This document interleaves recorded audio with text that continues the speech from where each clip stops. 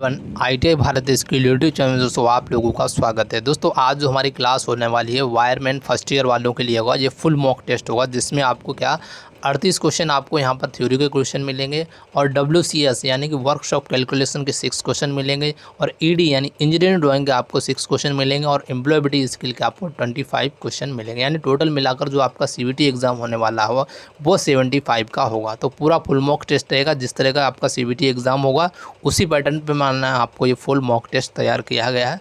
और ये आपकी क्वेश्चन हिंदी में मैंने आपको प्रोवाइड करा रहा हूँ क्योंकि ये आपकी जो PDF है निमी पैटर्न की वो इंग्लिश में है, लेकिन मैंने इसको ट्रांसलेट करके इसमें जो कुछ जो इम्पोर्टेंट क्वेश्चन है उनमें मैंने इनको कलेक्ट करके इसमें इकट्ठे किए हैं। तो आशा करता हूँ वीडियो को ज़्यादा से ज़्यादा अपने स्टडी ग्रुप व्हाट्सएप ग्रुप में ज़रूर शेयर करना और चैनल पे पहली बार विजिट करें चैनल को सब्सक्राइब करना और बेल आइकन को ऑल पर प्रेस करना, जिससे कि क्या होगा नोटिफिकेशन तुरंत आपको पास मिल जाएगा। तो दोस्तों हम सीधा क्वेश्चन को स्टार्ट करेंगे। क्वेश्चन देख सकते हैं आपकी स्क्रीन पर दिए गए हैं। क्वेश्चन को अच्छे से पढ़िएगा।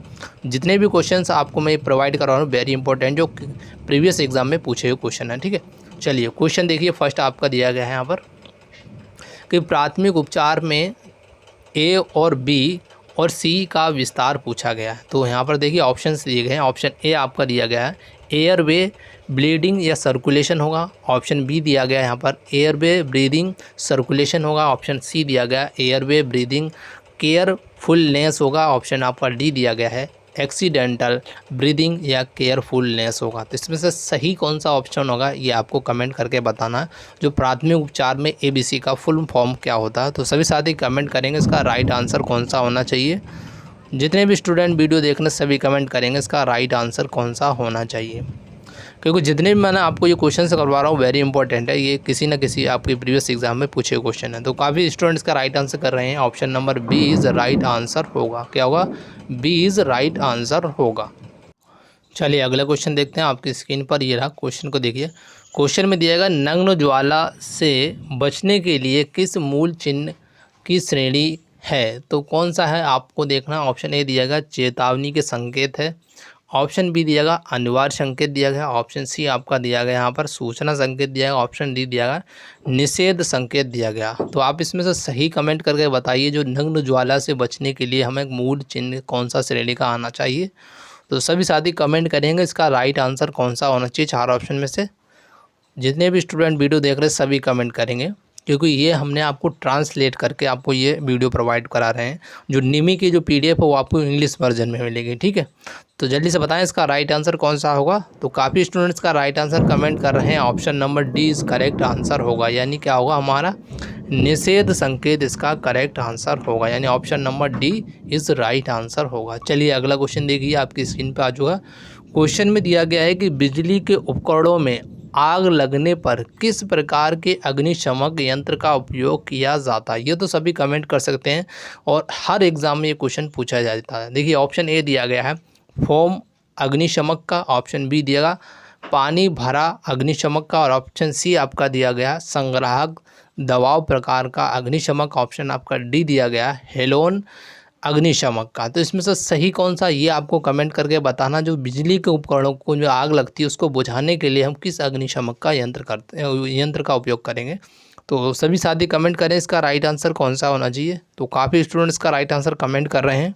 तो जो भी साथी इसका राइट आंसर कर रहे हैं ऑप्शन नंबर D उनका करेक्ट आंसर हो जाएगा। यानी हम कौन से यंत्र का यूज़ करेंगे, हेलोन अग्निशमक यंत्र का यूज़ करेंगे। यानी option number D is correct answer हो जाएगा। चलिए अगला क्वेश्चन देखिए। आपकी स्क्रीन पर दिया गया है। क्वेश्चन में दिया गया कि आँखों की सुरक्षा के लिए कौन से व्यक्तिगत सुरक्षा उपकरण यानी PPE का उपयोग किया जाता है। तो किसका उपयोग करेंगे। देखिए ऑप्शन A दिया गया हेलमेट का यूज़ करेंगे। ऑप्शन B दिया गया चश्मे का यूज़ करेंगे। ऑप्शन C दिया गया नाक का मुखौटा का यूज़ करेंगे। ऑप्शन D आपका दिया गया चमड़े के एप्रिन का यूज़ करेंगे। तो सही ऑप्शन कौन सा होगा ये आपको कमेंट करके बताना है। तो सभी साथी कमेंट करेंगे इसका राइट आंसर जल्दी से बताएं कौन सा होगा। जो आंखों की सुरक्षा के लिए हम कौन सा उपकरण का यूज़ करेंगे। 4 ऑप्शन में से ये आपको कमेंट करना है। तो सभी साथी कमेंट करते चलिए इसका राइट आंसर कौन सा होना चाहिए। काफ़ी स्टूडेंट्स का राइट आंसर कमेंट भी कर रहे हैं। तो जो भी साथी इसका राइट आंसर कर रहे हैं option number B is right answer होगा। यानी हम क्या करेंगे चश्मे का यूज़ करेंगे। अगर आपको आँखों की अगर सुरक्षा करना है तो किसका उपयोग करेंगे, चश्मे का यूज़ करेंगे। Option number B is right answer हो जाएगा। चलिए अगला क्वेश्चन देखिए, आपकी स्क्रीन पर आ गया। क्वेश्चन में दिया गया है कि सफाई क्या है, जो सफाई क्या है इसके बारे में पूछा गया है। ऑप्शन ए दिया गया अतिरिक्त पदार्थ को रोकना होता है। ऑप्शन बी दिया गया पर्यावरण से अवांछित पदार्थ को हटाना होता है। ऑप्शन आपका सी दिया गया चीज़ों को व्यवस्थित व्यवस्था में रखना होता है। ऑप्शन डी दिया गया है कि कार्यस्थल को सुरक्षित स्थिति में रखना होता है। इसमें से सही कौन सा, ये आपको कमेंट करके बताना सफाई के बारे में।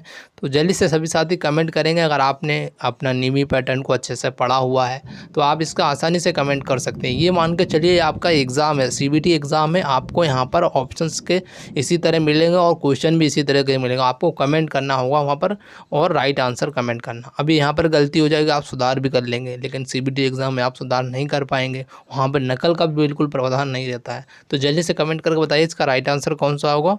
तो काफ़ी साथी इसका राइट आंसर कर रहे हैं। Option number B is right answer होगा, यानी क्या होगा, पर्यावरण से वांछित पदार्थ को हटाना। ये क्या होता है, सफाई होता है इसका मतलब। ठीक है, option number B is correct answer हो जाएगा। चलिए अगला क्वेश्चन देखते हैं, आपकी स्क्रीन पर ये रहा। देखिए क्वेश्चन में दिया गया है कि औज़ार का क्या नाम है। जैसे कि आप सामने एक औज़ार दिया गया, एक टूल दिया गया, इसका आपको नाम कमेंट करके बताना ये क्या है। देखिए ऑप्शन ए दिएगा संयोजन सरोता है। ऑप्शन बी दिएगा वायर स्टीपर है। ऑप्शन सी दिया क्रिम्पिंग टूल है। ऑप्शन डी दिया साइड कटिंग है। तो इसमें से सही कौन सा जो आपके सामने चित्र में दिया गया, इसका नाम क्या है, ये आपको कमेंट करना है। और अगर आपने इन टूल्स के बारे में अच्छे से पढ़ रखा है तो आसानी से इसका नाम आप कमेंट कर सकते हैं। तो सभी साथी कमेंट करें इसका राइट आंसर कौन सा होना चाहिए चार ऑप्शन में से। तो काफ़ी साथी इसका राइट आंसर कर रहे हैं, काफ़ी स्टूडेंट भी कर रहे हैं। और वीडियो को ज़्यादा से ज़्यादा आप शेयर जरूर करें, ये हमारे लिए बहुत ही महत्वपूर्ण होता है, क्योंकि हम जब आपके लिए इतना मेहनत कर रहे हैं तो आपका फ़र्ज़ बनता है कि वीडियो को अपने स्टडी ग्रुप में ज़रूर शेयर करें।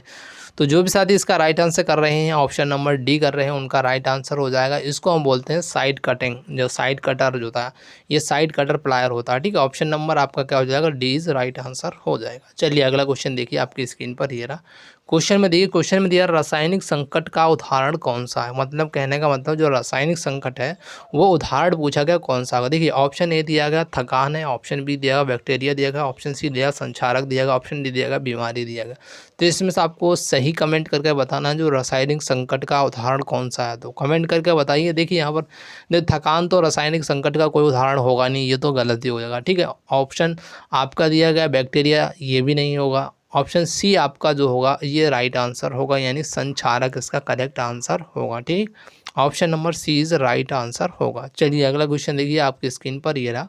क्वेश्चन में देखिए, क्वेश्चन में दिए गए तांबे के परमाणु में कितने इलेक्ट्रॉन होते हैं। इंपॉर्टेंट क्वेश्चन है, जितने भी मैं आपको ये क्वेश्चन करवा रहा हूँ वेरी इंपॉर्टेंट है, किसी न किसी एग्जाम में पूछे हुए क्वेश्चन है। ठीक है, इसलिए आप इनका ध्यानपूर्वक वीडियो को एंड तक जरूर देखना है, बिल्कुल इसकी मत करना। देखिए तांबे के परमाणु में कितने इलेक्ट्रॉन्स होते हैं ये पूछा गया। देखिए ऑप्शन ए दिएगा 27 होते हैं। ऑप्शन बी 28 होते हैं। ऑप्शन सी आपका 29 दिया। ऑप्शन डी दिया, यहाँ पर ऑप्शन जो डी है वो 30 है। तो इसमें से आपको सही कमेंट करने का बताना है। यहाँ पर बी हो गया लेकिन डी है। तो जल्दी से कमेंट कर सभी साथी, इसका राइट आंसर कौन सा होना चाहिए जल्दी से कमेंट करके बताएंगे सभी साथी। तो काफ़ी साथी इसका राइट आंसर कमेंट भी कर रहे हैं। Option number C is right answer होगा, यानी कितना 29 इसका करेक्ट आंसर होगा। क्या 29 इसका राइट आंसर होगा। चलिए अगला क्वेश्चन देखते हैं, आपके स्क्रीन पर ये रहा। क्वेश्चन को अच्छे से ध्यानपूर्वक देखिएगा। क्वेश्चन में दिया गया दिष्ट धारे का गुण पूछा गया। जो दिष्ट यानी डीसी का गुण क्या है इसके बारे में पूछा गया। देखिए ऑप्शन ए दिया गया है कि वर्तमान की परिणाम और दिशा समय के साथ बदलती है डीसी में, क्या ये ऑप्शन ए हो गया। ऑप्शन बी दिया गया कि जो धारा का परिणाम और दिशा बनी रहती है और नियत रहती है, तो ऑप्शन बी दिया गया। ऑप्शन डी दिया धारा की दिशा समय के साथ बदलती है। ऑप्शन आपका डी दिया गया वर्तमान का परिणाम समय के साथ बदलता है। तो इसमें से सही कौन सा है, डीसी के लिए कौन सा गुण सही होगा ये आपको कमेंट करके बताना है। आप अगर जानते होंगे डीसी और एसी के बारे में, अगर पढ़ रखा है थोड़ा सा भी, तो आप इसका राइट आंसर कमेंट कर सकते हैं। तो जल्दी से बताएं इसका राइट आंसर कौन सा होगा। तो काफ़ी स्टूडेंट्स का राइट आंसर कमेंट भी कर रहे हैं। ऑप्शन नंबर आपका बी इज़ राइट आंसर होगा, यानी बी क्या होगा, करेक्ट होगा। ये क्या होगा, जो होता है धारा का परिणाम दिशा बनी रहती है और नियत रहती है। ठीक है, मतलब धारा का परिणाम और दिशा बनी रहती है और नियत रहती है, मतलब दिशा नियत रहती है और धारा का जो परिणाम, ये दोनों चीज़ें। Option number B is right answer होगा। ठीक है, तो ऑप्शन नंबर 20 राइट आंसर हो जाएगा, अच्छे से याद कर लेना। तो चलिए अगला क्वेश्चन आपकी स्क्रीन पर आ चुका है। क्वेश्चन को देखिए। क्वेश्चन में दिया गया SWG का विस्तार क्या मतलब SWG का फुल फॉर्म पूछा गया है। तो यहाँ देखिए ऑप्शन ए दिया गया है कि मानक तार गेज होगा, ऑप्शन बी दिएगा जो फंसे तार गेज होगा, ऑप्शन सी आपका दिया गया मानक तार ग्रेड होगा, ऑप्शन आपका डी दिया गया मानक तार समूह होगा। तो इसमें से सही बताना कमेंट करके कौन सा होगा, SWG का फुल फॉर्म क्या होना चाहिए। तो सभी साथी कमेंट करेंगे इसका राइट आंसर कौन सा होना चाहिए चार ऑप्शन से। जितने भी स्टूडेंट वीडियो देख रहे हैं सभी कमेंट करेंगे। ट्रांसलेट में हो सकता है क्या हिंदी में थोड़ा इधर उधर हो सकता है, लेकिन आप इसको इंग्लिश से थोड़ा रिलेट करके चलना तो आसानी से इसको मतलब आंसर कर सकते हैं। तो जल्दी से बताएं इसका राइट आंसर। तो काफ़ी स्टूडेंट इसका राइट आंसर कर रहे हैं, option number A is right answer हो जाएगा। यानी क्या होगा, SWG का जो विस्तार होता है वो होता है मानक तार गेज, इसका करेक्ट आंसर होगा क्या होगा, मानक तार गेज इसका राइट आंसर होगा। चलिए अगला क्वेश्चन देखते हैं आपकी स्क्रीन पर। ये रहा क्वेश्चन में पूछा गया है कि OH जो वितरण लाइनों के लिए कौन से कंडक्टर का उपयोग किया जाता है। जो OH लाइन होती है तो उसमें जो वितरण लाइनों के लिए हम कौन से कंडक्टर का यूज़ करेंगे उसके बारे में पूछा है। देखिए ऑप्शन ए दिया गया इंसुलेटेड कंडक्टर का यूज़ करेंगे, ऑप्शन बी दिया गया अछूता ठोस कंडक्टर का यूज़ करेंगे, ऑप्शन सी दिएगा नंगे कंडक्टर का यूज़ करेंगे, ऑप्शन डी दिएगा 2 कोर केबल का यूज़ करेंगे। तो बताइए इसमें से सही कौन सा होगा। तो सभी साथी कमेंट करेंगे, तो जल्दी से बताएं इसका राइट आंसर कौन सा होना चाहिए। तो सभी स्टूडेंट कमेंट करते चलें, इसका राइट आंसर आपको 5 सेकंड देता हूं। तो जल्दी से बताइए इसका राइट आंसर कौन सा होगा। तो काफ़ी साथी इसका राइट आंसर कमेंट भी करने लगे हैं। तो जो भी साथी इसका राइट आंसर कर रहे हैं option number C is right answer. या क्या होगा हमारा नंगे कंडक्टर का यूज़ करेंगे, मतलब है ना, जो हिंदी में इसका ट्रांसलेटर दिया है नंगे कंडक्टर का यूज़ करेंगे। किसमें OH में क्या ओवरहेड जो होती है लाइन वितरण लाइन होती है उसमें हम नंगे तारों कंडक्टर का यूज़ करते हैं। ठीक है, ऑप्शन नंबर सी इस करेक्ट आंसर हो जाएगा। चलिए अगला क्वेश्चन देखिए। क्वेश्चन में दिया गया तार के जोड़ का क्या नाम। जैसे आपके सामने एक तार का जोड़ दिया गया है, इस जोड़ का आपको नाम कमेंट करके बताना है ये कौन सा जोड़ होगा। ऑप्शन ए दिया गया देखिए एरियल टैप संयुक्त दिया गया, ऑप्शन बी दिया गया टी संयुक्त दिया, ऑप्शन सी आपका दिया नोटेड टैप जॉइंट दिया गया, ऑप्शन आपका डी दिया गया यहाँ पर दे सकते हैं सादा नल संयुक्त। तो इसमें से कौन सा कमेंट करके बताइए जल्दी से, सभी साथी कमेंट करेंगे। तो जितने भी स्टूडेंट वीडियो देख रहे हैं सभी कमेंट करके बताएंगे इसका राइट आंसर कौन सा होना चाहिए। तो कमेंट करते जाएं। तो काफ़ी साथी इसका राइट आंसर कमेंट कर रहे हैं, option number C is right answer होगा। यानी हम क्या बोलेंगे इसका नोटेड टैप जॉइंट होता है, ये option number C is right answer. Knotted tap joint ही आपके सामने जो दिया गया है इसको बोलते हैं नोटेड टैप जॉइंट, इसका करेक्ट आंसर होगा। चलिए अगला क्वेश्चन देखते हैं आपकी स्क्रीन पर। ये रहा क्वेश्चन को देखिए। क्वेश्चन में दिएगा सोल्डरिंग आयरन बिट बनाने के लिए किस धातु का उपयोग किया जाता है। जो सोल्डरिंग जो आयरन होता है जो बिट होती है उसकी किस धातु की बनी होती है इसके बारे में पूछा गया। देखिए ऑप्शन ए दिया गया लोहा दिया गया, स्टील दिया गया है, पीतल दिया गया और कॉपर दिया गया। तो आपको सही कमेंट करके बताना है इसमें से कौन सी जो है कौन सी धातु है जिसका हम बिट का यूज़ करते हैं सोल्डरिंग आयरन में। तो कमेंट करके बताइए सभी साथी इसका राइट आंसर कौन सा होना चाहिए। तो सभी स्टूडेंट कमेंट करेंगे इसका राइट आंसर, जल्दी से बताएं। तो काफ़ी साथी इसका राइट आंसर कमेंट करने लगे हैं।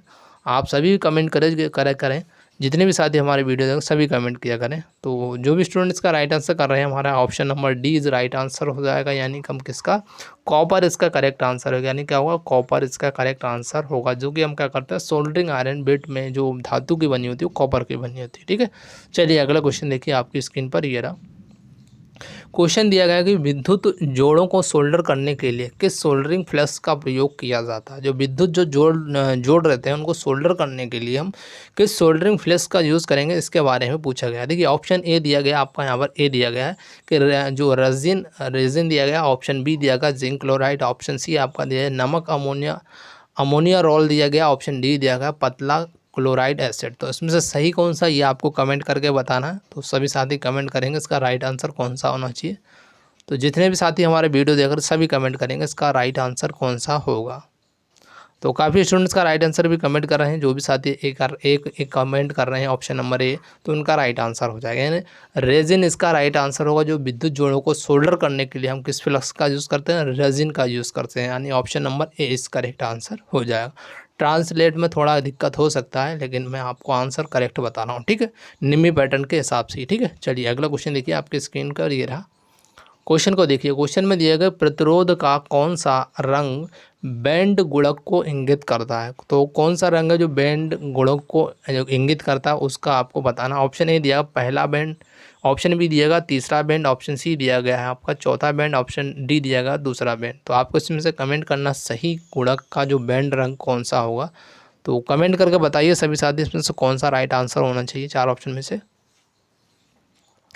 तो काफ़ी साथी इसका राइट आंसर कर रहे हैं, ऑप्शन नंबर जो भी कर रहा है बी करेगा, option number B is right answer, यानी क्या हुआ तीसरा बैंड इसका करेक्ट आंसर होगा। क्या होगा तीसरा बैंड इस राइट आंसर होगा। चलिए अगला क्वेश्चन देखिए आपकी स्क्रीन पर ये रहा क्वेश्चन। जितने भी मैं आपको क्वेश्चन करवा रहा हूँ सारे के सारे प्रीवियस एग्जाम से ही कलेक्ट करके करवा रहा हूँ, ठीक है। इसलिए वीडियो को बिल्कुल ध्यानपूर्वक वीडियो के एंड तक देखना, स्किप जरूर मत करना। और क्योंकि जब हम आपके लिए इतनी मेहनत कर रहे हैं तो आपका भी सपोर्ट बढ़ता है, वीडियो को शेयर भी जरूर करते जाएं।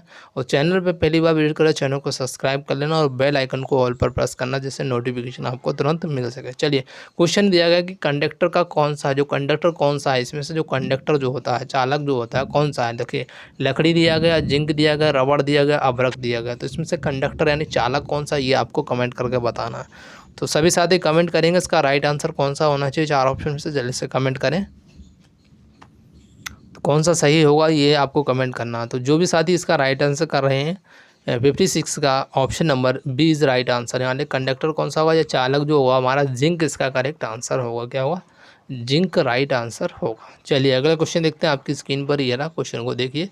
क्वेश्चन में दिया गया ओम के नियम के अनुसार कौन सी विद्युत धारा के व्युत्क्रमानुपाती होती है। तो कौन सा होता है जो विद्युत धारा के व्युत्क्रमानुपाती होता है। देखिए ऑप्शन ए दिया गया प्रतिरोध, और ऑप्शन बी दिया गया है यहाँ पर वोल्ट, ऑप्शन आपका सी दिया गया शक्ति, ऑप्शन डी दिया गया ऊर्जा। थोड़ा ऑप्शन ऊपर नीचे होगा ट्रांसलेट में, लेकिन ऑप्शन से सारे सही मिलेंगे, चाहे आप इंग्लिश से उसको मैच करके देख लेना नेमी पैटर्न में जो दिए गए हैं, ठीक है। तो आपको इसमें से राइट आंसर कमेंट करना है। तो कौन सा सही होगा, ओम के जो नियम होता है वो विद्युत धारा के या मात्रा के व्युत्क्रमानुपाती होता है, मतलब किसके होता है।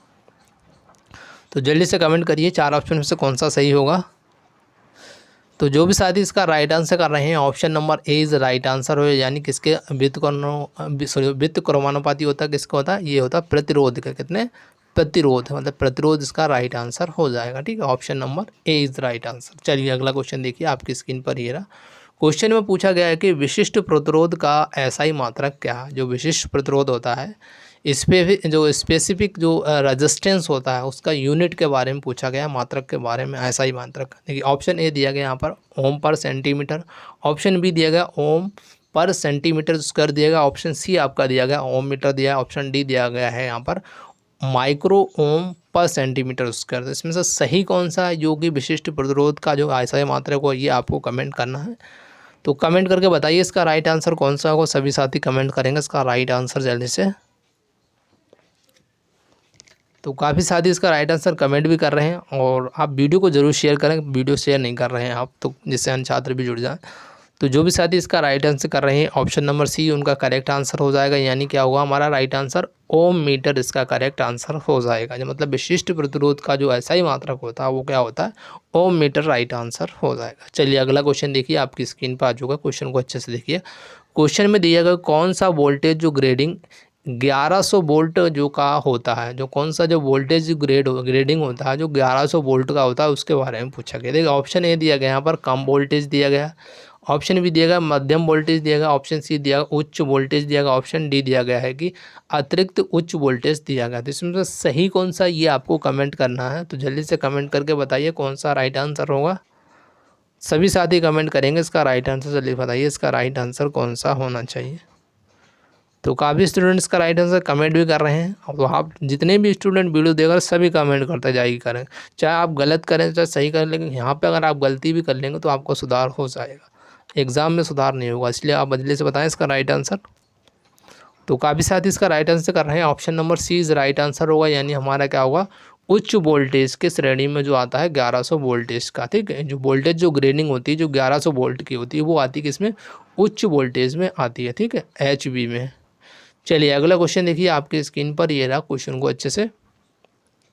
क्वेश्चन में पूछा गया प्रतिरोध के समानुपाती कौन सा है। जो प्रतिरोध जो होता है उसका समानुपाती कौन सा है इसके बारे में पूछा गया। ऑप्शन ए दिया गया अनुप्रस्थ काट का क्षेत्रफल का समानुपाती होता है, ऑप्शन बी दिया गया लंबाई दिया गया, ऑप्शन सी दिया गया प्रतिरोधकता दिया गया, ऑप्शन डी दिया गया है तापमान। तो आपको इसमें से कमेंट करना है जो प्रतिरोध के समानुपाती कौन सा है ये आपको बताना है। तो जल्दी से कमेंट करें सभी साथी, इसका राइट आंसर कौन सा होना चाहिए। जितने भी साथी वीडियो देख रहे हैं सभी कमेंट करते चलें इसका राइट आंसर। तो काफ़ी स्टूडेंट्स का राइट आंसर कमेंट भी कर रहे हैं। जो भी student option number 20 right answer कर रहे हैं उनका करेक्ट हो जाएगा। यानी क्या हुआ, लंबाई के क्या होता है, समानुपाती क्या होता है, प्रतिरोध होता है। ठीक है, ऑप्शन नंबर 20 राइट आंसर हो जाएगा। चलिए अगला क्वेश्चन देखिए, आपकी स्क्रीन पर आ चुका है। क्वेश्चन को समझिएगा।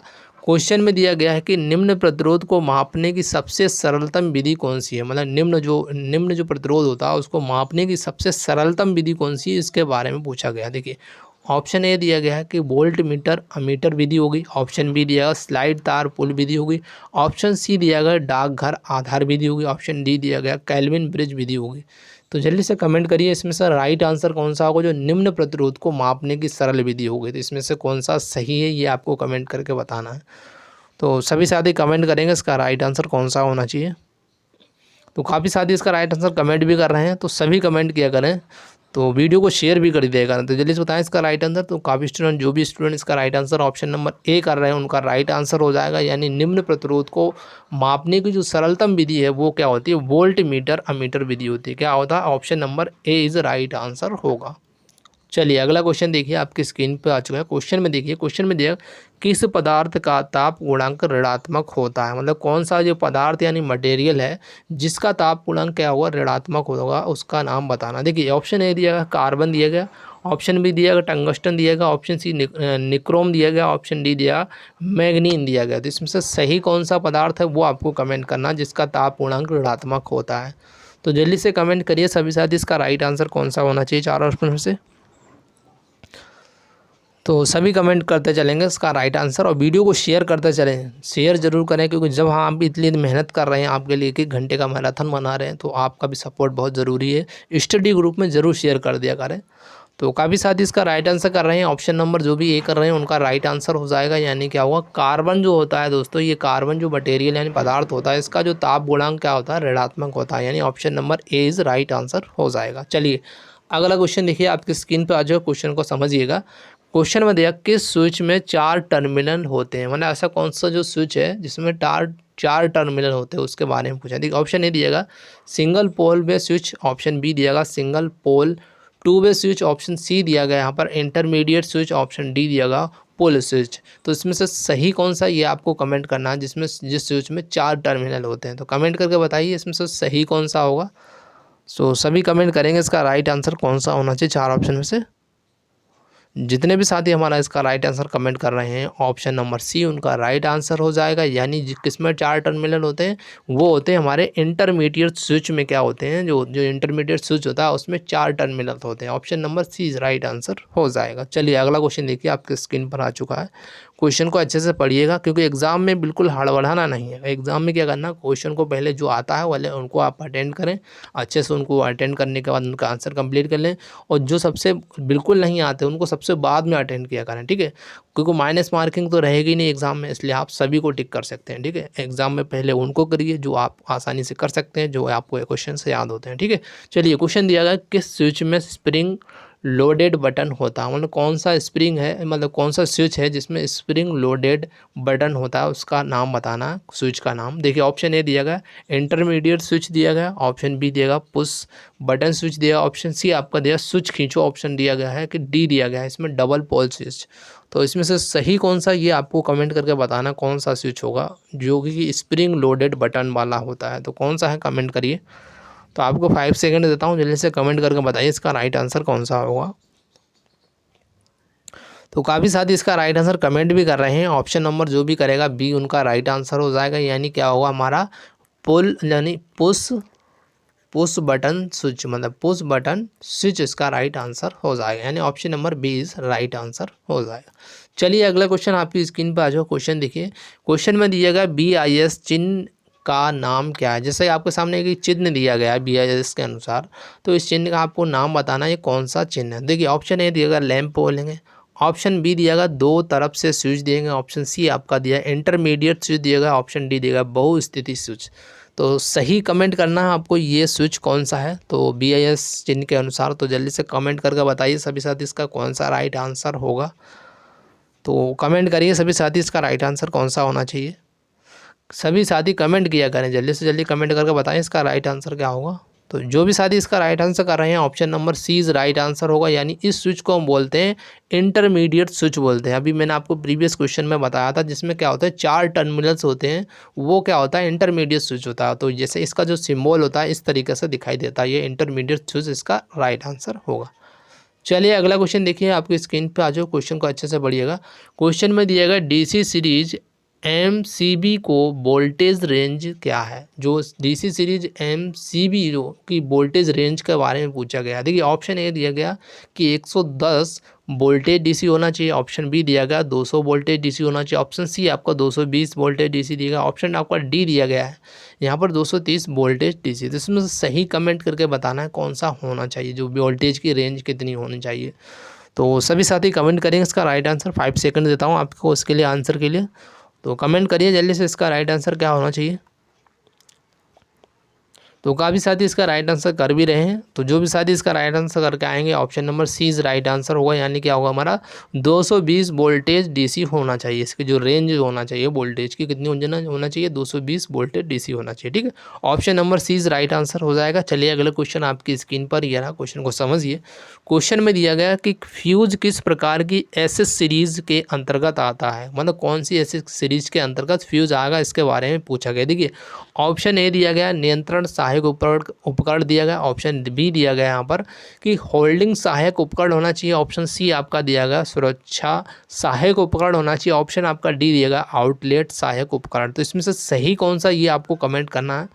तो सभी साथी कमेंट कर सकते हैं इसका राइट आंसर कौन सा होगा, जल्दी से कमेंट करके बताइए सही कौन सा होगा। सभी स्टूडेंट कमेंट करेंगे क्योंकि एग्ज़ाम बिल्कुल आपका नज़दीक आ चुका है। आपने जितनी प्रैक्टिस की है ना इस फुल मॉक टेस्ट के ज़रिए आपको पता लग जाएगा आपका 75 में से कितना स्कोर हो रहा। तो कमेंट करके बताइए जल्दी से इसका राइट आंसर कौन सा होगा।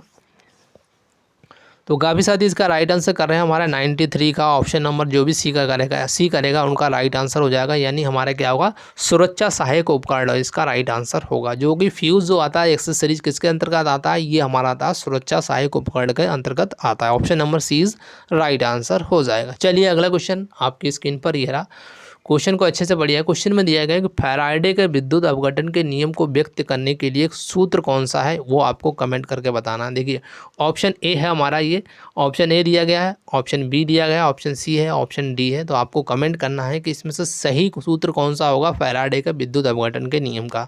तो कमेंट करके बताइए। तो इसके 2 सूत्र होते हैं, आप अगर पढ़ रखा है आपने बुक से पढ़ा है या फिर इस IIT में पढ़ा तो आसानी से कमेंट करके बता सकते हैं इसका राइट आंसर कौन सा होगा।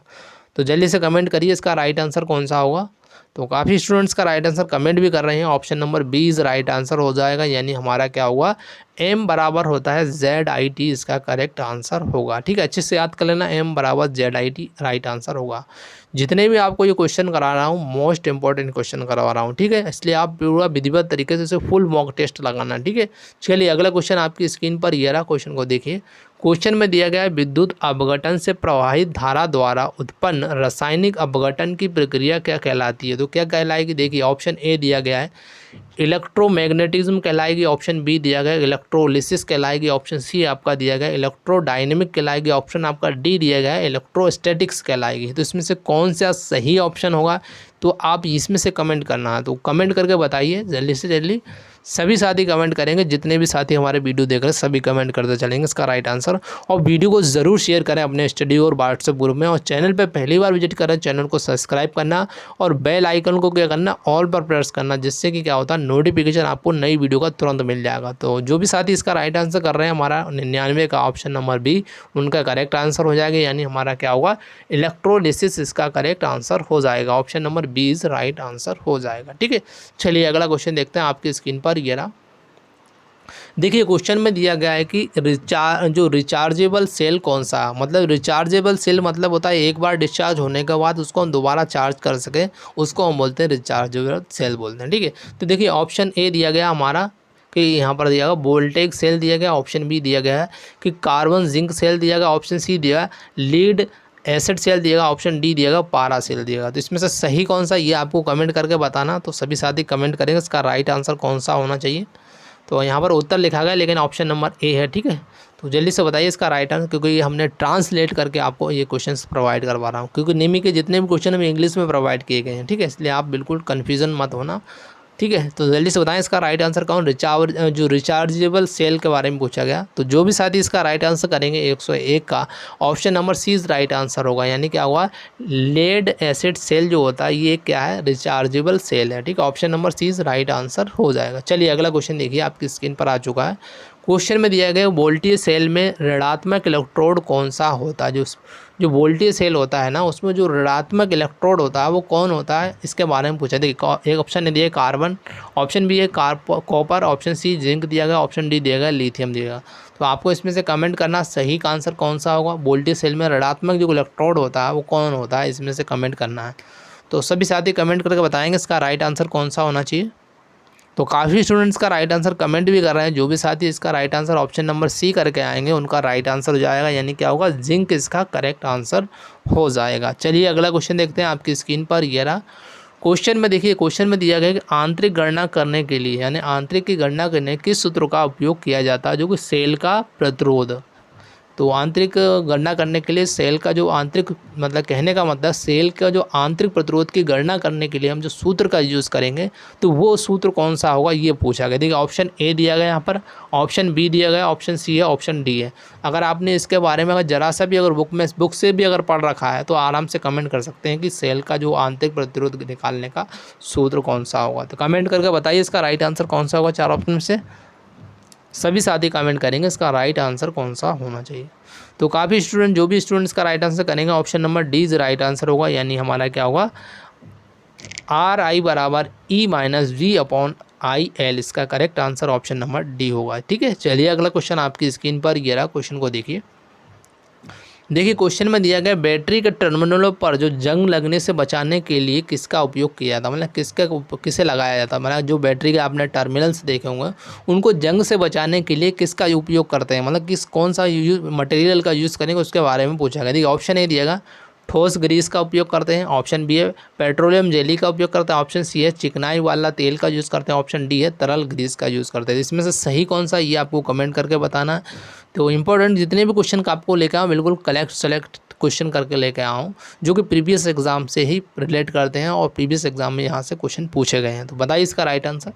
तो काफ़ी स्टूडेंट्स का राइट आंसर कमेंट भी कर रहे हैं। जो भी साथी ऑप्शन नंबर बी करेगा उनका राइट आंसर हो जाएगा, यानी क्या होगा, पेट्रोलियम जेली का यूज़ करते हैं बैटरी के टर्मिनलों पर जंग से बचाने के लिए, ठीक है। Option number 20 is right answer, यानी पेट्रोलियम जेली इसका राइट आंसर हो जाएगा। चलिए अगला क्वेश्चन देखिए, आपकी स्क्रीन पर आ चुका है। क्वेश्चन में देखिए, क्वेश्चन में दिया गया इलेक्ट्रोलाइट विशिष्ट गुरुत्व को मापने के लिए किस यंत्र का उपयोग किया जाता है। कौन सा यंत्र का यूज़ करेंगे जो इलेक्ट्रोलाइट विशिष्ट गुरुत्व को मापने के लिए। देखिए ऑप्शन ए दिएगा बैरोमीटर का, ऑप्शन बी दिया हाइड्रोमीटर का, ऑप्शन सी दिया गया इलेक्ट्रोमीटर का, ऑप्शन डी दिया गया थर्मामीटर का। इसमें से सही कमेंट करना कौन से मीटर का यूज़ करेंगे, तो जल्दी से बताएं कौन सा यंत्र होगा। और ये सभी साथी आसानी से कमेंट कर सकते हैं और ये कई बार एग्जाम में पूछा भी गया क्वेश्चन है। तो जल्दी से बताएं इसका राइट आंसर क्या होगा। तो जो भी साथी इसका राइट आंसर कर रहे हैं 113 का option number B is right answer हो जाएगा, यानी किसका यूज़ करेंगे, हाइड्रोमीटर का यूज़ करते हैं इलेक्ट्रोलाइट के विशिष्ट गुरुत्व को मापने के लिए। किसका करते हैं, हाइड्रोमीटर का यूज़ करते हैं। Option number B is correct answer हो जाएगा।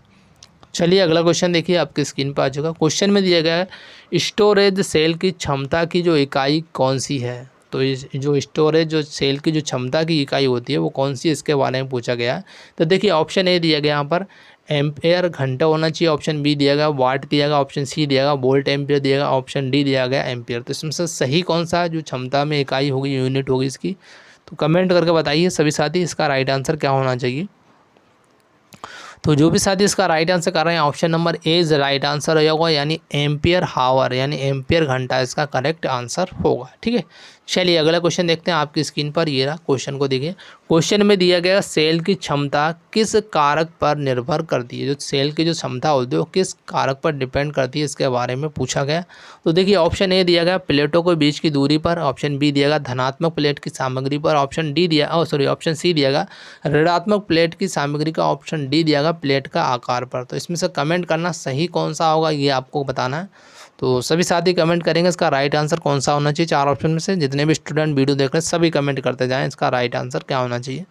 तो काफ़ी स्टूडेंट्स का राइट आंसर कमेंट भी कर रहे हैं। Option number D is right answer हो जाएगा, यानी हमारा क्या होगा पर प्लेटो का आकार इसका करेक्ट आंसर हो जाएगा, या प्लेटो का आकार इसका राइट आंसर हो जाएगा। चलिए अगला क्वेश्चन देखिए, आपकी स्क्रीन पर आ चुका है। क्वेश्चन में दिया गया हथौड़े का क्या नाम, जैसे कि आपके सामने एक डायग्राम दिया गया, इस हथौड़े का आपको नाम बताना है, ये हथौड़ा कौन सा। देखिए ऑप्शन ए दिया पंजा हथौड़ा होगा, ऑप्शन बी दिएगा सीधे कंघी हथौड़ा होगा, ऑप्शन सी दिएगा गेंद कंघी हथौड़ा होगा, ऑप्शन डी दिया क्रॉस कंघी हथौड़ा होगा। ये आपको हिंदी में ट्रांसलेट करके बताएगा, आप इंग्लिश में देख सकते हैं, अगर देखना चाहें तो आपके नेमी पैटर्न में नेमी PDF जो है इंग्लिश वर्जन आप वहाँ दे सकते हो। तो इसमें से आप कमेंट करिए ये कौन सा हथौड़ा है 4 ऑप्शन में से।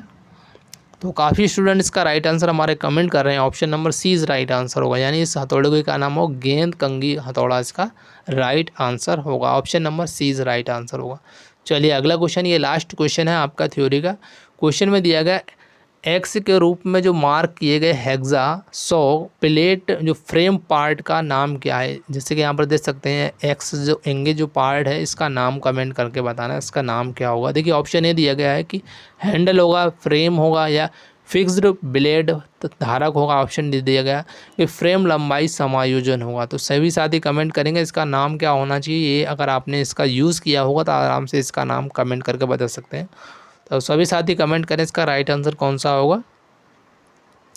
तो काफ़ी साथी इसका राइट आंसर कर रहे हैं, option number D is right answer होगा, यानी इसको हम क्या बोलते हैं फ्रेम लंबाई समायोजन इसका राइट आंसर होगा। तो दोस्तों ये हमारे थ्योरी का 38 क्वेश्चन कंप्लीट हुआ। अब इसके बाद आपको WCS और ED और एम्प्लॉयबिलिटी स्किल के क्वेश्चन से मिलेंगे, उनको विधिवत तरीके से पूरा आप टेस्ट लगाना। 75 में से आपका कितना स्क्वायर हुआ हमें कमेंट करके ज़रूर बताना, ठीक है। तो आशा करता हूँ वीडियो को एंड तक बिल्कुल देखना, स्किप मत करना। चलते हैं अब नेक्स्ट क्वेश्चन पर। से देखिए वर्कशॉप कैलकुलेशन के जो आपके 6 क्वेश्चन आएंगे, इसके बाद आपके आएंगे ED के आएंगे, इसके बाद आपको मिलेंगे यहाँ पर ES यानी एम्प्लॉयबिलिटी स्किल के 25 क्वेश्चन, ठीक है। अब यहाँ से मैंने वर्कशॉप कैलकुलेशन के क्वेश्चन स्टार्ट हो चुके हैं। तो पहला क्वेश्चन दोस्तों आपकी स्क्रीन पर दिया गया। दोस्तों जितने भी मैं आपको ये क्वेश्चन करवा रहा हूँ बिल्कुल प्रीवियस क्वेश्चन है, इसलिए आप इन क्वेश्चनों को अच्छे से ध्यानपूर्वक एक बार एग्जाम से पहले पूरा वीडियो को ज़रूर देख के जाएँ, ठीक है। तो क्वेश्चन दिया गया देख सकते हैं स्क्रीन पर है, यहाँ पर दिया गया है कि साइन थीटा जो होता है किस के बराबर होता है, मतलब कि साइन थीटा का मान पूछा गया क्या होना चाहिए। देखिए ऑप्शन फर्स्ट हमारा दिया गया है विपरीत भुजा बटा कर्ण होगा, ऑप्शन बी हमारा दिया है कर्ण बटा विपरीत भुजा होगा, ऑप्शन सी हमारा दिया गया है कि आसन भुजा बटा कर्ण होना चाहिए, ऑप्शन डी हमारा दिया गया कर्ण बटा आसन भुजा होना चाहिए। तो जो साइन थीटा का मान अगर आपको आता है तो बहुत आसानी से आप कमेंट कर सकते हैं, और ये 2022 में क्वेश्चन पूछा गया था, आप चाहें तो दे सकते हैं। तो जल्दी से बताएं इसका राइट आंसर कौन सा होगा 4 ऑप्शन में से।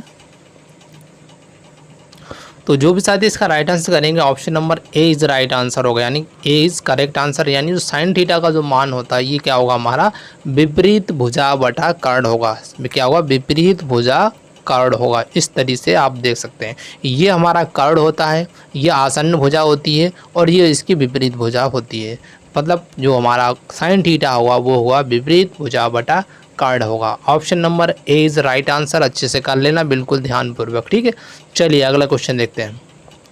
अगला क्वेश्चन आपकी स्क्रीन पर दिया गया, क्वेश्चन का आपको राइट आंसर कमेंट करना है कि ऊष्मा की SI इकाई क्या है, मतलब what is the SI unit of heat, मतलब हीट मतलब ऊष्मा की SI इकाई के बारे में पूछा गया कि कैलोरी होगा, जूल होगा, या सेंटीग्रेड ऊष्मा इकाई होगा, या ब्रिटिश थर्मल इकाई होगा। तो इसमें से आपको बताना होगा सही आंसर कौन सा होना चाहिए 4 ऑप्शन में से।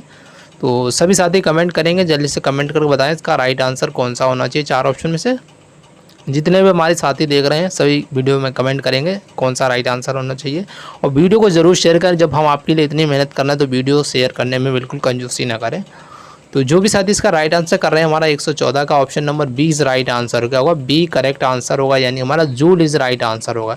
मतलब ऊष्मा की जो SI यूनिट होती है वो क्या होती है, जूल इसका करेक्ट आंसर होगा। चलिए अगला क्वेश्चन देखिए, यहाँ पर दिया आपको स्क्रीन पर ये रहा क्वेश्चन, ये भी बहुत ही इंपॉर्टेंट है, ये भी आपकी प्रीवियस एग्जाम में क्वेश्चन पूछा गया 2022 में भी और 21 में। आप देख सकते हैं जितने भी क्वेश्चंस मैं आपको करवा रहा हूँ ऑथेंटिक क्वेश्चन कर रहा हूँ जो आपकी एग्जाम ओरिएंटेड है, पूरा का पूरा CBT एग्जाम बेस्ड आपको ये मैंने पूरा सिलेबस करवाया है। इसमें 75 क्वेश्चन मिलेंगे। आप अपना स्कोर जरूर हमें कमेंट करना क्योंकि आपका कितना स्कोर हुआ है, ठीक है। तो क्वेश्चन दिया गया कि ब्रिटिश सिस्टम में एक हार्स पावर में कितने वाट होते हैं, मतलब एक HP 1 HP में कितने हार्स पावर मतलब कितने वाट होते हैं, इसके बारे में पूछा गया है। तो देख सकते हैं फर्स्ट हमारा दिया गया 726 वाट होना चाहिए, 736 वाट होना चाहिए, 746 वाट हो जाना चाहिए या 756 वाट होना चाहिए। इसमें से सही आपको आंसर कमेंट करना है। तो सभी कमेंट करके बताएंगे इसका राइट आंसर कौन सा होना चाहिए। तो जो भी साथी हमारे इसका राइट आंसर कर रहे हैं 103 का सी इज़ राइट आंसर होगा, यानी कितने वाट होगा 746 वाट होगा, मतलब 1 HP बराबर कितना होता है हमारा 746 वाट इज़ राइट आंसर होगा। चलिए अगला क्वेश्चन देखते हैं। तो क्वेश्चन में दिया गया है यहाँ पर देखिए कि किसी तापमान पर कोई अगर ठोस द्रव में पिघलता है, मतलब किसी टेम्परेचर पर क्या होता है अगर कोई ठोस जो है द्रव में पिघलेगा तो इसको हम क्या बोलेंगे, क्वथनांक बोलेंगे, गलनांक बोलेंगे या फ्यूज़न की गुप्त ऊष्मा बोलेंगे। ऑप्शन हमारा डी दिया गया, वाष्पीकरण की गुप्त ऊष्मा बोलेंगे। तो इसमें से सही कौन सा ये आपको कमेंट करना है। तो जल्दी से कमेंट करके बताएंगे इसका राइट आंसर कौन सा होना चाहिए चारों में से। और सभी साथी कमेंट करेंगे, जितने भी हमारे स्टूडेंट देख रहे हैं सभी कमेंट करके बताएं इसका राइट आंसर। तो जो भी साथी इसका राइट आंसर कर रहे हैं हमारा 149 का ऑप्शन नंबर बी उनका राइट आंसर हो जाएगा, यानी इसको हम क्या बोलते हैं गलनांक इसका करेक्ट आंसर होगा। अच्छे से याद कर लेना, जो ठोस का क्या होता है, जो ठोस रहता है ना, जो ठोस का द्रव में बदलना क्या कहलाएगा, गलनांक कहलाएगा। अच्छे से याद कर लेना, ठीक है। अगला क्वेश्चन देखिए, क्वेश्चन ये भी कई बार पूछा गया कि 1 इंच में कितने मिलीमीटर होते हैं। तो देखिए ऑप्शन वो आप कमेंट करके बताइए इसमें से कितना मिलीमीटर होगा, मतलब 1 इंच में कितने मिलीमीटर होते हैं। ये तो आसानी से आप बता सकते हैं, तो जल्दी से कमेंट करके बताएं इसका राइट आंसर। तो जो भी साथी इसका राइट आंसर करेंगे ऑप्शन नंबर 20 राइट आंसर होगा, यानी हमारा क्या होगा, कितना होता है 25.4 mm यानी मिलीमीटर्स का राइट आंसर, मतलब 1 इंच में कितना होता है 25.4 मिलीमीटर्स का राइट आंसर होगा। चलिए अगला क्वेश्चन देखते हैं। क्वेश्चन जितने भी हैं वेरी इंपॉर्टेंट क्वेश्चन, इसलिए बिल्कुल ध्यानपूर्वक वीडियो को एंड तक देखना, ठीक है। क्वेश्चन दिया गया किसी कंडक्टर में इलेक्ट्रॉन का प्रवाह होता है, मतलब कोई कंडक्टर है, कोई चालक है, उसमें अगर कोई इलेक्ट्रॉन अगर प्रवाह कर रहा है तो उसको हम क्या बोलेंगे, वोल्टेज बोलेंगे या धारा बोलेंगे या प्रतिरोध बोलेंगे या फिर शक्ति बोलेंगे। इसमें से आपको बताना है करेक्ट आंसर क्या होगा, और ये तो आसानी से आप बता सकते हैं इसका राइट आंसर क्या होना चाहिए चार ऑप्शन से। सभी साथी कमेंट करके बताएंगे। तो जो भी साथी इसका राइट आंसर कर रहे हैं बी उनका राइट आंसर हो जाएगा, यानी क्या होगा करंट इसका यानी धारा इसका राइट आंसर हो जाएगा, ठीक है। चलिए अगला क्वेश्चन देखते हैं। अगला क्वेश्चन दोस्तों आप यहाँ से आपके इंजीनियरिंग ड्राइंग के 6 क्वेश्चन आएंगे एग्जाम में, बिल्कुल एग्जाम पैटर्न पर मैंने आपको ये क्वेश्चन तैयार किया फुल टेस्ट, जो कि वेरी इंपॉर्टेंट है आपके लिए, ठीक है। इसमें देखिए यहाँ पर क्वेश्चन दिया गया है कि सामग्री के पारंपरिक प्रतीक को पहचानें। तो जैसे कि आपके सामने एक प्रतीक चिन्ह दिया गया, एक चित्र दिया गया है, इसको आपको पहचानना है, इसका नाम क्या होना चाहिए, यानी कांच होगा या लकड़ी होगा या इस्पात होगा या ठोस होगा। तो इसमें से आपको बताना होगा राइट आंसर कौन सा होगा। तो सभी साथी कमेंट करेंगे, जल्दी से बताएं इसका राइट आंसर कौन सा होना चाहिए चार ऑप्शन में से। तो जो भी साथी इसका राइट आंसर सही कर रहे हैं डी उनका करेक्ट हो जाएगा, यानी इसको क्या बोलेंगे ठोस। ये क्या है सभी ठोस के कण है, जैसे छोटे छोटे कण दिखा रहे हैं आपको, ये कैसे कण होंगे ठोस। इसका राइट आंसर क्या होगा ठोस इसका राइट आंसर होगा। चलिए अगला क्वेश्चन देखते हैं। और अगला क्वेश्चन आपकी स्क्रीन पर आ जाए। क्वेश्चन में दिया गया है कि उपकरण का नाम पहचाने। जैसे कि आपके सामने एक डायग्राम दिया गया और एग्जाम में 101% टूल से संबंधित 1 या 2 डायग्राम पूछे जाएंगे, उसका नाम पूछा जाएगा कौन सा डायग्राम है। तो इसलिए आप सारे के सारे जितने भी डायग्राम टूल्स हैं उनको अच्छे से ज़रूर पढ़ लेना, एग्जाम में 101% आएंगे। तो देखिए यहाँ पर ऑप्शन फर्स्ट दिया गया उड्डयनी मतलब कर्तनी होना चाहिए, ऑप्शन बी हमारा कटिंग प्लायर होना चाहिए, ऑप्शन सी हमारा दिया गया डबल काटने कर्तनी होना चाहिए, ऑप्शन डी दिया गया हमारा हॉक बिल सीयर होना चाहिए। तो इसमें से सही कौन सा ये आपको गेस करके बताना। तो सभी साथी कमेंट करके बताएंगे इसका राइट आंसर कौन सा होना चाहिए चार ऑप्शन में से। जितने अब हमारे साथी देख रहे हैं वीडियो सभी कमेंट करेंगे। तो जो भी साथी इसका राइट आंसर करके आएंगे ऑप्शन नंबर 20 राइट आंसर होगा, यानी कि इसको हम क्या बोलेंगे कटिंग प्लायर। जैसे कि आपके सामने ये दिए कटिंग प्लायर बोलते हैं, इसको क्या बोलेंगे कटिंग प्लायर, इसका राइट आंसर होगा। चलिए अगला क्वेश्चन देखते हैं। क्वेश्चन में दिया गया चित्र में दिखाए गए प्रिज्म का नाम क्या है। जैसे कि आपके सामने एक प्रिज्म दिखाया गया है, ये किस प्रकार का प्रिज्म है इसका नाम बताना। ये पंचकोणीय प्रिज्म है या हेक्सागोनल प्रिज्म है या स्क्वायर प्रिज्म है या त्रिकोणीय प्रिज्म है। आपको सही कमेंट करके बताना ये कौन सा प्रिज्म है। तो सभी साथी कमेंट करके बताएंगे इसका राइट आंसर, जल्दी से कमेंट करें इसका कौन सा सही होना चाहिए। तो जो भी साथी इसका राइट आंसर करके आएंगे option number B right answer हो जाएगा, यानी हेक्सागोनल मतलब हेक्सागोनल प्रिज्म होगा। ठीक है, इसको अच्छे से याद करना है क्या है हेक्सागोनल क्यों कहते हैं इसकी, क्योंकि हेक्सा मतलब 6 भुजाएं दी हैं। देखो 1 भुजा, 2 भुजा, 3 भुजा, 4 भुजा, 5 भुजा, 6 भुजा, इसलिए हम इसको क्या बोलते हैं हेक्सागोनल प्रिज्म बोलते हैं। ठीक है, अच्छे से याद कर लेना। चलिए अगला क्वेश्चन देखते हैं। तो क्वेश्चन आपकी स्क्रीन पर आ चुका है, क्वेश्चन को देखिएगा। क्वेश्चन में पूछा गया चित्र में दिखाए गए सामग्री के पारंपरिक प्रतीक का पता लगाएं। तो सामने एक डायग्राम दिया गया, इस प्रतीक का आपको नाम बताना क्या होना चाहिए। तो देख सकते हैं लेड दिया गया है, लकड़ी दिया गया है, ये कागज़ होगा या कांच होगा। तो ये कौन सा प्रतीक चिन्ह दिया गया, इसका नाम सभी साथी कमेंट करके बताएंगे इसको क्या बोलेंगे। अगर आपने थोड़ा सा भी अगर अपने चित्र और डायग्राम अपनी बुक से में देखे होंगे तो आसानी से इसका नाम बता सकते हैं। तो जल्दी से कमेंट करें सभी साथी इसका राइट आंसर। तो जो भी साथी इसका राइट आंसर कर रहे हैं ऑप्शन नंबर 20 राइट आंसर, इसको हम क्या बोल लेंगे लकड़ी इसका करेक्ट आंसर, यानी वुड इसका करेक्ट आंसर हो जाएगा। चलिए अगला क्वेश्चन देखिए। क्वेश्चन ये भी इम्पोर्टेंट है, इस तरीके का एग्जाम में आपको डायग्राम पूछे जाएंगे। ठीक है, इसमें दिया गया एसआई मानक के अनुसार कौन सा डायग्राम आयाम सही है। तो सही डायग्राम बताना है जो आपको अगर आपने इंजीनियरिंग ड्राइंग में अगर सही ड्राइंग अगर बनाते होंगे तुम्हारे अगर आपके टीचर ने अगर बनाया होगा तो इसमें से आप आसानी से कमेंट कर सकते हैं तो कौन सा सही डायग्राम होना चाहिए। तो देख सकते हैं ऑप्शन ए दिया गया है, बी दिया गया, सी दिया गया, डी दिया गया, इसमें से सही ड्राइंग का आयाम बताना है। तो जो भी साथी इसका राइट आंसर कर रहे हैं option number A is right answer होगा। यहाँ पर देख सकते हैं option number A is correct answer होगा। ठीक है, तो आसानी से कर देना, इस तरह से देखना कि आपने अगर अपने टीचर से अगर डायग्राम अगर सीखा है ड्राइंग का तो आसानी से इस क्वेश्चन को कर सकते हैं। ठीक है, चलिए अगला क्वेश्चन देखिए। क्वेश्चन में दिया गया है कि उपकरण का नाम पहचानें। उपकरण का नाम दिया गया, आपके सामने एक चित्र दिया गया, इस उपकरण का नाम बताना है। तो इससे आप आसानी से देख रहे होंगे क्या है इसका नाम, बॉल पिन हैमर हैगा या क्रॉस पिन हैमर होगा या जो स्लेज हैमर होगा या सीधे पिन है तोड़ा होगा। तो इसमें से कौन सा सही होगा तो कमेंट करके बताएं सभी साथी इसका राइट आंसर। तो जो भी साथी इसका राइट आंसर हमारे कर रहे हैं ऑप्शन नंबर ए उनका राइट आंसर हो जाएगा। इस जो हैमर दिया गया इसको हम बोलते हैं बॉल पिन हैमर बोलते हैं, क्या बोलते हैं बॉल पिन हैमर, इसका राइट आंसर हो जाएगा। चलिए अगला क्वेश्चन देखते हैं। तो दोस्तों ये हमारा अगला क्वेश्चन है एम्प्लॉयबिलिटी स्किल का, और स्टार्ट करते हैं। क्वेश्चन आपका दिया गया फर्स्ट कि अच्छे करियर के विकास के लिए कौन से 2 कौशल आवश्यक हैं। तो कौन से 2 कौशल आवश्यक हैं जो अच्छे करियर विकास के लिए, इसके बारे में पूछा गया। तो आप देख सकते हैं आपके सामने 4 ऑप्शन दिए गए हैं। पहला दिया गया है कि गायन, नृत्य, बागवानी, और ऑप्शन डी हमारा दिया गया तकनीकी कौशल और रोजगार कौशल।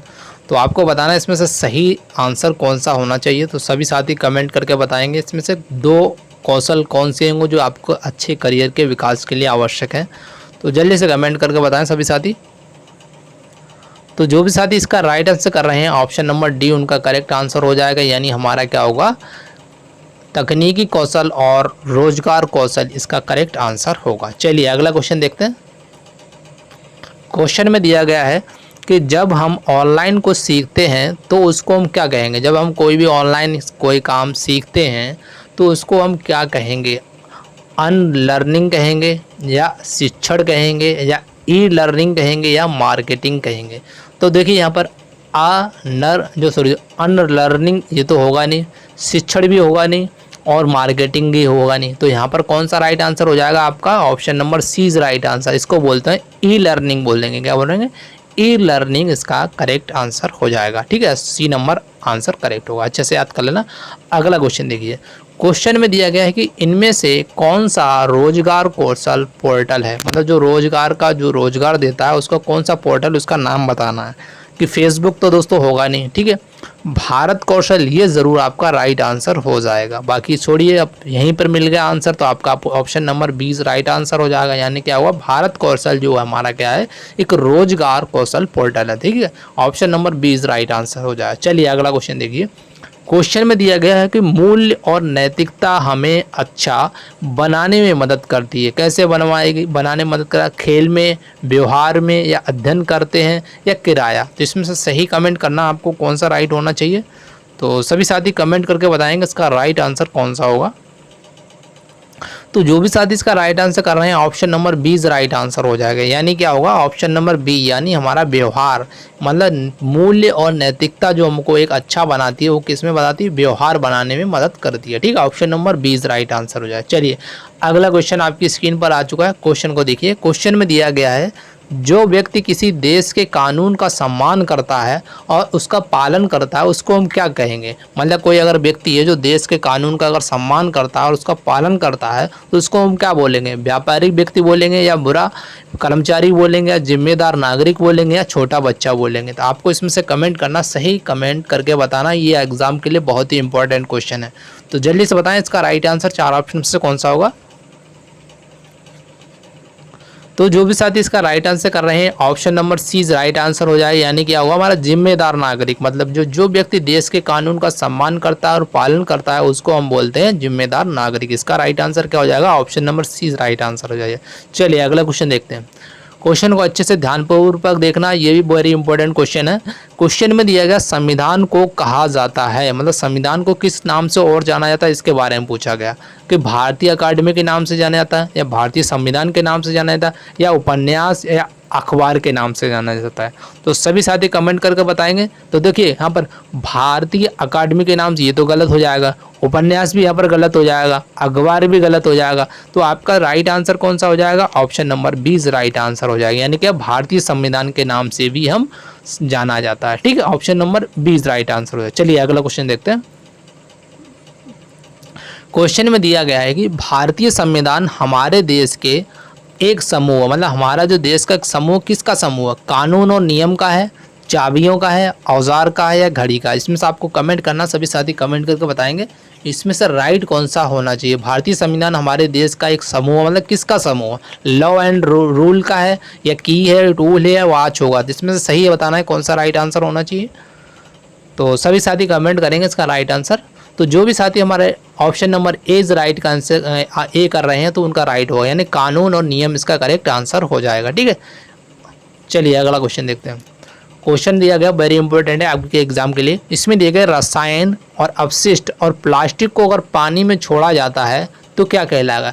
अगर मान लिया आपने किसी भी रसायन को और अपशिष्ट पदार्थ को और प्लास्टिक को अगर पानी में छोड़ देते हैं तो उससे होगा क्या, ध्वनि प्रदूषण होगा, धरा प्रदूषण होगा, जल प्रदूषण होगा या वायु प्रदूषण होगा। तो आपको बताना है इसमें से राइट आंसर कौन सा होना चाहिए। देखिए यहाँ पर देखिए क्या पूछा गया, रसायन अपशिष्ट और प्लास्टिक को अगर पानी में छोड़े, ध्वनि प्रदूषण तो होगा नहीं, ये तो गलती हो गया।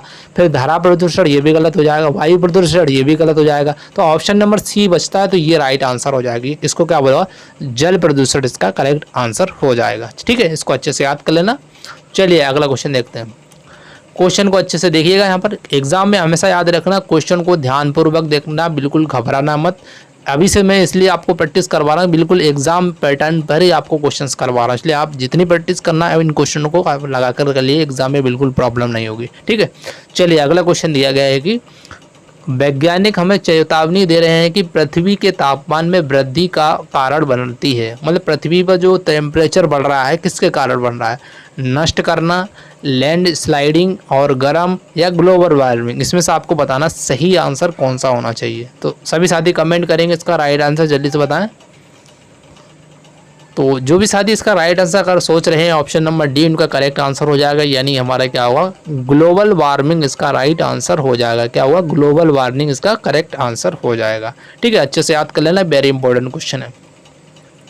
चलिए अगला क्वेश्चन आपकी स्क्रीन पर आ चुका है। क्वेश्चन को देखिएगा कि निर्माण जगत में रिक्तान की पूर्ति करना है कि के साथ प्रमुख परिवर्तन हुए, मतलब कहने का मतलब है जो निर्माण जगत में होते हैं प्रमुख परिवर्तन किस में हुए, हरित क्रांति में हुए, दुग्ध क्रांति में हुए या औद्योगिक क्रांति में हुए या फिर आप देख सकते हैं श्वेत क्रांति में हुआ। तो आपको इसमें से सही कमेंट करके बताना है कि जो निर्माण जगत में अगर जो मैन्युफैक्चरिंग होता है उसमें वर्ल्ड में अगर कुछ भी अगर चेंजेस होते हैं तो किस में चेंजेस होंगे, इसके बारे में पूछा गया। तो कमेंट करके बताएं इसमें से चार ऑप्शन में से कौन सा होना चाहिए सही। तो सभी कमेंट करेंगे इसका राइट आंसर, जल्दी से कमेंट करें। जितने भी साथी हमारे वीडियो देख सभी कमेंट करके बताएंगे। तो जो भी साथी इसका राइट आंसर कर रहे हैं हमारा option number C right answer होगा, यानी क्या औद्योगिक क्रांति इसका राइट आंसर होगा, यानी इंडस्ट्रियल रिवोल्यूशन इसका करेक्ट आंसर हो जाएगा। ठीक है, अच्छे से याद कर लेना, ऑप्शन नंबर सी यानी औद्योगिक क्रांति इसका राइट आंसर हो जाएगा। चलिए अगला क्वेश्चन देखते हैं। क्वेश्चन आपका अगला आ चुका। क्वेश्चन में दिया गया कौशल का नियमित मूल्यांकन रिक्तान की पूर्ति करने पर की वृद्धि के लिए आवश्यक है। मतलब कौशल का जो नियमित मूल्यांकन है वो किसके लिए आवश्यक है, इसके बारे में पूछा गया है कि आजीविका के लिए, साक्षात्कार के लिए, काम के लिए, कौशल के लिए। तो इसमें से सही आंसर आपको कमेंट करना है, तो जल्दी से कमेंट करके बताएंगे सभी साथी इसका राइट आंसर कौन सा होना चाहिए। तो जितने भी स्टूडेंट वीडियो देख रहे हैं सभी कमेंट करेंगे। तो जो भी साथी इसका राइट आंसर कर रहे हैं, अगर ऑप्शन नंबर ए कर रहे हैं तो उनका राइट आंसर हो जाएगा, यानी हमारा क्या होगा, कैरियर यानी आजीविका इसका करेक्ट आंसर हो जाएगा। क्या होगा, कैरियर यानी आजीविका इसका राइट आंसर हो जाएगा। चलिए अगला क्वेश्चन देखते हैं। क्वेश्चन को बिल्कुल ध्यानपूर्वक पढ़ा करें, उसके बाद ही आंसर करा करें, ठीक है। आपको मैं 5 सेकंड तो देता ही हूँ जिससे कि आंसर आप कमेंट कर सकें, ठीक है। क्वेश्चन दिया गया है निम्न में से कौन सा व्यक्ति के व्यक्तित्व का हिस्सा नहीं है। मतलब हिस्सा नहीं के बारे में पूछा है, जो हिस्सा है उसके बारे में नहीं, उसके बारे में पूछा है जिसमें नहीं है, ठीक है। ताकत दिया गया है, वीकनेस यानी कमजोरियां हैं, या बिलीफ्स यानी मान्यताएं हैं, या स्किन कलर यानी त्वचा के रंग है। तो इसमें से आपको कमेंट करना है सही आंसर कौन सा होगा। जो हिस्सा नहीं है, व्यक्तित्व का हिस्सा नहीं, उसके बारे में बताना। तो कमेंट करके बताएं इसका राइट आंसर। तो जो भी साथी इसका राइट आंसर कर रहे हैं, option number D is right answer होगा, यानी हमारा क्या होगा, त्वचा के रंग। ये क्या है, एक व्यक्ति के व्यक्तित्व का हिस्सा नहीं है। बाकी ताकत है, स्ट्रेंथ है, या वीकनेस है, या और बिलीफ जो मान्यताएं हैं, ये सभी के सभी क्या है, व्यक्ति के व्यक्तित्व का हिस्सा है, ठीक है। Option number D is right answer, जो कि हिस्सा नहीं है, त्वचा के रंग, ठीक है। चलिए अगला क्वेश्चन देखते हैं। क्वेश्चन दिया गया है कि जिस तरह से हम समस्या का प्रबंधन और समाधान करते हैं उसको क्या कहते हैं। तो उसको हम बोलेंगे क्या, इसके बारे में पूछा जाएगा। सकारात्मक रवैया बोलेंगे, युद्ध वियोजन बोलेंगे, या नकारात्मक रवैया, या ऑप्शन डी हमारा जुनून दिया गया है यानी पैशन। तो इसमें से सही बताएं आप कमेंट करके कौन सा सही होना चाहिए। तो सभी साथी कमेंट करके बताएंगे इसका राइट आंसर जल्दी से।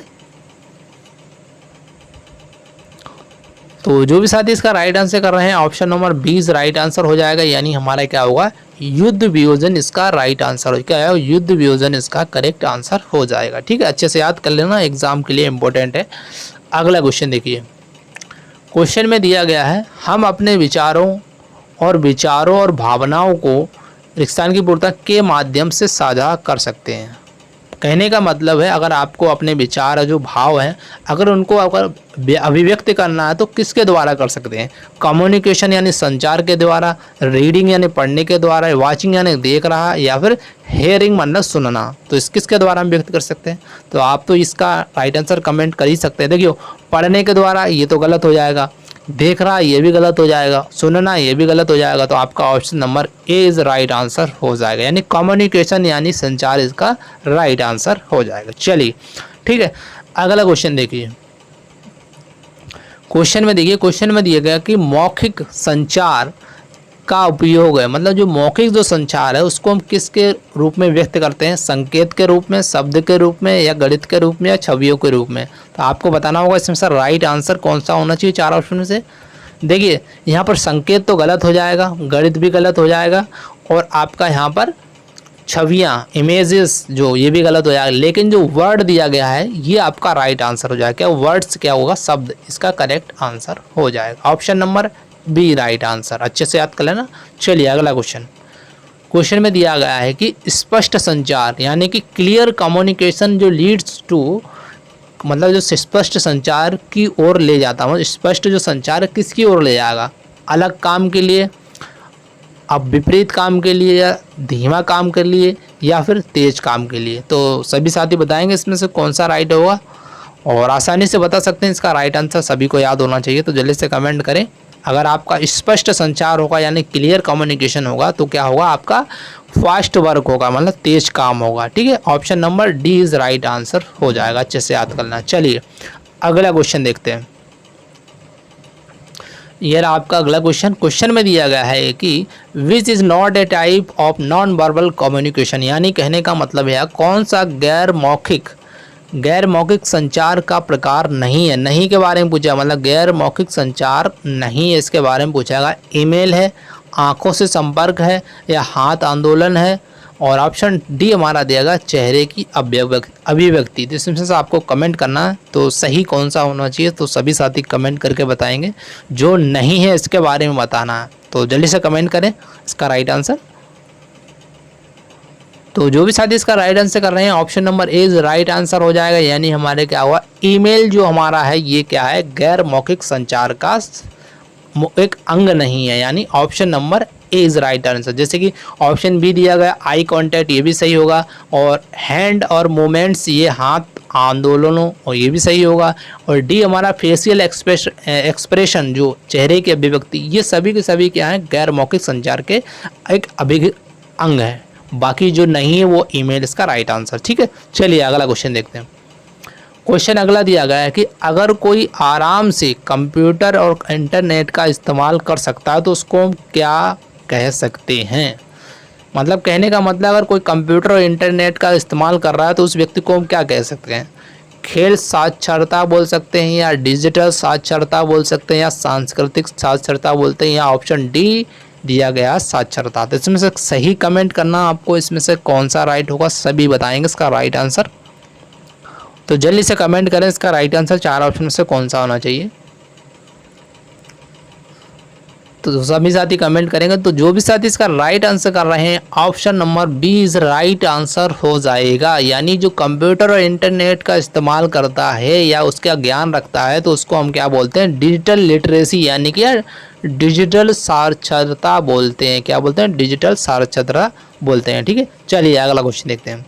क्वेश्चन में दिया गया है कि इनमें से कौन सा डेस्कटॉप कंप्यूटर का हिस्सा नहीं है। मतलब क्या पूछा गया, डेस्कटॉप जो कंप्यूटर होता है उसका हिस्सा नहीं है, इसके बारे में पूछा गया। ठीक है, यहाँ पर दिया गया है मॉनिटर होना चाहिए, एंटीना है, वेब कैमरा है, या माउस है। तो इसमें जो पूछा गया है डेस्कटॉप का कंप्यूटर का हिस्सा नहीं है, इसके बारे में बता दें कि यहाँ पर मॉनिटर भी डेस्कटॉप का हिस्सा है, मतलब हिस्सा है, वेब कैमरा भी हिस्सा है, और माउस भी है। लेकिन जो एंटीना दिया गया है ये क्या है, एक डेस्कटॉप कंप्यूटर का हिस्सा नहीं है। तो इस प्रकार जो आंसर हो जाएगा आपका option number B right answer हो जाएगा। अच्छे से याद कर लेना कौन सा होगा, option number B right answer. चलिए अगला क्वेश्चन देखते हैं। क्वेश्चन में दिया गया है कि what does CPU stand for. कहने का मतलब दिया गया है कि CPU का अर्थ क्या है, मतलब CPU का फुल फॉर्म पूछा गया है। तो देख सकते हैं आपके स्क्रीन पर 4 ऑप्शन से दिए गए हैं, आप आसानी से कमेंट करके बता सकते हैं इसका राइट आंसर कौन सा होना चाहिए। और बहुत बार एग्जाम में ये क्वेश्चन पूछा गया, तो जल्दी से कमेंट करें इसका राइट आंसर। CPU का फुल फॉर्म सभी कमेंट करेंगे, पूरा फॉर्म इसका फुल फॉर्म लिख के हमें कमेंट करेंगे इसका राइट आंसर कहाँ होना चाहिए। जल्दी से कमेंट करें।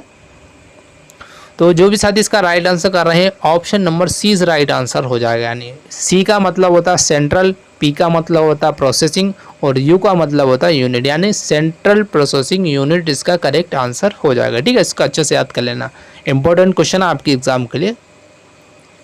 चलिए अगला क्वेश्चन आपकी स्क्रीन पर आ चुका है। क्वेश्चन को देखिए, क्वेश्चन में दिया गया कंप्यूटर का मस्तिष्क क्या है। जो कंप्यूटर मतलब what is the brain of computer, मतलब कंप्यूटर का मस्तिष्क के बारे में पूछा गया। कंप्यूटर का मस्तिष्क क्या है, वेब कैमरा है, ट्रैक पैड होगा, या मॉनिटर होगा, या सेंट्रल प्रोसेसिंग यूनिट होगा। तो इसमें से आपको कमेंट करना, जल्दी से कमेंट करके बताएं इसका राइट आंसर 4 ऑप्शन में से कौन सा होना चाहिए। तो सभी स्टूडेंट कमेंट करेंगे इसका राइट आंसर, जल्दी से बताएं। तो जो भी साथी इसका अगर राइट आंसर कर रहे हैं ऑप्शन नंबर डी उनका राइट आंसर हो जाएगा। यानी कि हमारा जो कंप्यूटर का जो ब्रेन होता है उसको हम बोलते हैं सेंट्रल प्रोसेसिंग यूनिट, इसका राइट आंसर हो जाएगा। क्या होगा, सेंट्रल प्रोसेसिंग यूनिट इसका करेक्ट आंसर हो जाएगा। चलिए अगला क्वेश्चन देखते हैं। क्वेश्चन में दिया गया है कि कंप्यूटर को बंद करने के लिए सबसे अधिक इस्तेमाल किया जाने वाला वर्ड यानी शब्द क्या है। अगर आप कंप्यूटर को जब बंद करते हैं तो सबसे ज़्यादा यूज़ कौन सा वर्ड करते हैं। हैंग मतलब आपको यूज़ करेंगे, स्विच ऑन का करेंगे, या शट डाउन का करेंगे, या पावर ऑन कर। ये तो सभी आंसर बता सकते हैं कमेंट करके, जल्दी से कमेंट करके बताएं इसका राइट आंसर क्या होना चाहिए। सभी कमेंट करेंगे इसका राइट आंसर, जल्दी से जितने भी स्टूडेंट वीडियो देख रहे हैं सभी कमेंट करें। और वीडियो को ज़्यादा से ज़्यादा अपने स्टडी ग्रुप में जरूर शेयर करें, जिससे आपके अन्य मित्रों को भी इस वीडियो का लाभ मिल सके। और चैनल पर पहली बार विजिट करें, चैनल को सब्सक्राइब करना और बेल आइकन को क्या करना, ऑल पर प्रेस करना, जिससे कि क्या होगा, नोटिफिकेशन आपको तुरंत मिल जाएगा। तो बताएं इसका राइट आंसर। तो जो भी साथी इसका राइट आंसर कर रहे हैं option number C is right answer हो जाएगा। यानी हमारे क्या होगा, शट डाउन इसका राइट आंसर हो जाएगा। आपने कई बार सुना होगा कि कंप्यूटर को बंद कर दें तो उसमें कौन सा वर्ड यूज़ करते हैं, शट डाउन कर दें। क्या करते हैं, शट डाउन। तो option number C is right answer हो जाएगा। चलिए अगला क्वेश्चन देखिए। क्वेश्चन में दिया गया है कि भौतिक शरीर और यौन अंग जिसके साथ हम पैदा होते हैं वे व्यक्ति के को संदर्भित करते हैं। मतलब कोई भी व्यक्ति भौतिक शरीर और यौन अंग के साथ अगर पैदा हुआ है तो उसको हम क्या बोलेंगे? जेंडर, लिंग, आयु या दस्तावेज। तो क्या बोलना चाहिए? सभी साथी कमेंट करेंगे इसका राइट आंसर। जितने भी साथी हमारे वीडियो से सभी कमेंट करेंगे इसका राइट आंसर। तो जो भी साथी इसका राइट आंसर कर रहे हैं हमारा ऑप्शन नंबर बी उनका सॉरी दोस्तों, ऑप्शन नंबर आपका क्या हो जाएगा? बी इज़ राइट आंसर हो जाएगा। क्या होगा? बी राइट आंसर हो जाएगा। तो इसका जो राइट आंसर दोस्तों हमारा होगा option number B is right answer है, लिंग यानी इसका करेक्ट आंसर होगा। चलिए अगला क्वेश्चन देखते हैं। क्वेश्चन आपकी स्क्रीन पर आ जाए। क्वेश्चन में पूछा गया है कि लड़कों को अक्सर अपने रिश्तान की पूर्ति करना को व्यक्त करने से हतोत्साहित किया जाता है। विचार, भावनाएं, विचारों या फिर खुशी। इसमें आपको कमेंट करना सही कौन सा होना चाहिए। चार ऑप्शन में से सभी साथी कमेंट करके बताएंगे। जल्दी से कमेंट करें सभी साथी इसका राइट आंसर। तो जो भी साथी इसका राइट आंसर करके आएंगे option number B is right answer यानी इमोशंस यानी भावनाएं इसका करेक्ट आंसर होगा। चलिए अगला क्वेश्चन देखते हैं। क्वेश्चन में दिया गया है कि भारत में 5 वर्ष से कम आयु के रिक्तान की पूर्ति को पर्याप्त पोषण नहीं मिलता। किनको नहीं मिलता है? बॉयज़ को, गर्ल्स को या एनिमल्स को या फिर मैन को। तो इसमें से सही आपको कमेंट करके बताना है कौन सा होना चाहिए। तो जल्दी से कमेंट करें सभी साथी इसका राइट आंसर। तो जो भी साथी इसका राइट आंसर करेंगे option number B is right answer होगा यानी कि होगा हमारा गर्ल्स का करेक्ट आंसर होगा। क्या? गर्ल्स इसका करेक्ट आंसर होगा। तो दोस्तों ये हमारा पूरा के पूरा 75 क्वेश्चन का पूरा मॉक टेस्ट हम आपने CBT में इसी तरह के क्वेश्चन से एग्जाम में पूछेंगे जाएंगे। अगर वीडियो आपने प्रॉपर वे से देखी है तो 101% आपको यहाँ से क्वेश्चन काफ़ी देखने के लिए मिलेंगे। तो आशा करता हूँ वीडियो अच्छी लगी। वीडियो को ज़्यादा से ज़्यादा अपने स्टडी ग्रुप और व्हाट्सएप ग्रुप में जरूर शेयर करें। Thank you for watching this video. जय हिंद, जय भारत।